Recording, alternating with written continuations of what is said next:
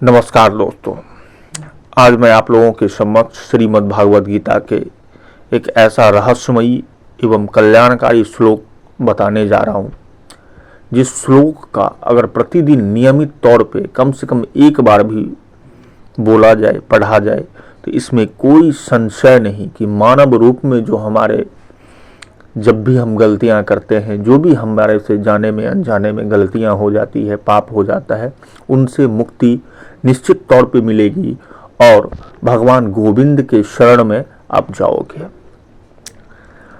ये श्लोक इस प्रकार है कि सर्वधर्मान परित्यज्य मामेकं शरणं व्रज अहम त्वाम सर्व पापेभ्यो मोक्षयिष्यामि मा शुचः। अर्थात नारायण स्वयं इस बात को कहते नहीं बल्कि वचन देते हैं कि सभी धर्मों को छोड़कर तुम बस मेरी शरण में आ जाओ, मैं तुम्हें सभी पापों से मुक्त कर दूंगा। इसमें कोई संदेह नहीं। तो इसमें कोई संदेह नहीं, ये स्वयं गोविंद कह रहे हैं। तो जरूरत है कि हम सब लोगों को नारायण को ये श्लोक एक बार करके भी अगर आप कह रहे हैं, इसका मतलब गोविंद इस बात को, आपकी बातों को समझ पा रहे हैं और आपके पापों को जरूर वो समाप्त करेंगे और भक्ति का मार्ग पे आपको चलने के लिए प्रशस्त करेंगे। तो एक बार मैं पुनः इस मंत्र को दोहराता हूँ, आप लोग ध्यान पूर्वक सुनिए।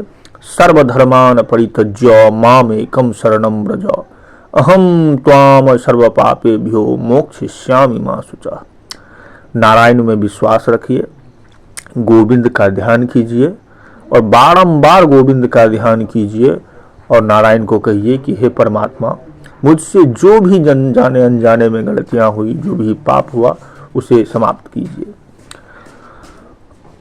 ओम नमो भगवते वासुदेवाय नमः। ओम नमो भगवते वासुदेवाय नमः। ओम नमो भगवते वासुदेवाय नमः। भगवान श्री कृष्ण का सबसे प्रिय मंत्र बताना चाहता हूँ, जिस मंत्र के साथ अगर आप नारायण का ध्यान करेंगे तो भगवान सबसे ज़्यादा प्रसन्न होंगे, क्योंकि उनका ये मंत्र सबसे प्रिय है। वो मंत्र इस प्रकार है, आप लोग सिर्फ एक बार ध्यान से सुनेंगे भी तो भी कल्याणकारी साबित होगा। भगवान का ध्यान कीजिए और इस मंत्र का बारंबार दोहराते रहिए। गोविंद जरूर आपकी सारी समस्याओं को सुलझा देंगे और आपको भक्ति का मार्ग प्रशस्त करेंगे। वो मंत्र इस प्रकार है। ओम वासुदेव सुतं देवं कंसचाणूरमर्दनं देवकी परमानंदं कृष्णं वंदे जगद्गुरुं। हरि शरणं त्वं शरणम्। ओम वासुदेव सुतं देवं कंसचाणूरमर्दनं देवकी परमानंदं कृष्णं वंदे जगद्गुरुं। हरि शरणं त्वं शरणम्। ओम नमो भगवते वासुदेवाय नमः। ओम गोविंदाय नमो नमः। ओम नमो भगवते वासुदेवाय नमः। जिन भक्त लोगों में ये उलझने होती है कि मैं गोविंद को कैसे प्रसन्न करूं, गोविंद के लिए किस चीज़ की व्यवस्था की जाए ताकि गोविंद प्रसन्न होंगे, उन तमाम भक्तों के लिए जो स्वयं नारायण अपने शब्दों में बताए हैं कि वो प्रसन्न कैसे होते हैं, उन मंत्रों को मैं उल्लेख आपके सामने में करूंगा। आप लोग ध्यान पूर्वक सुनिए और उस मंत्र को बारंबार दोहराते रहिए। भगवान गोविंद कहते हैं, पत्रम पुष्पम फलम तोयम यो मे भक्त्या प्रयच्छति तदहं भक्तोपहतमस्नामि प्रियतात्मनः। अर्थात जो कोई भी भक्त मेरे लिए प्रेम से बस प्रेम होना चाहिए। पत्रम पुष्पम फलम तोयम। पत्र यानी कि किसी पत्ते से भी अगर श्रद्धा पूर्वक प्रेम पूर्वक भगवान गोविंद को अर्पण करते हैं तो भगवान उसी में प्रसन्न हो जाते हैं।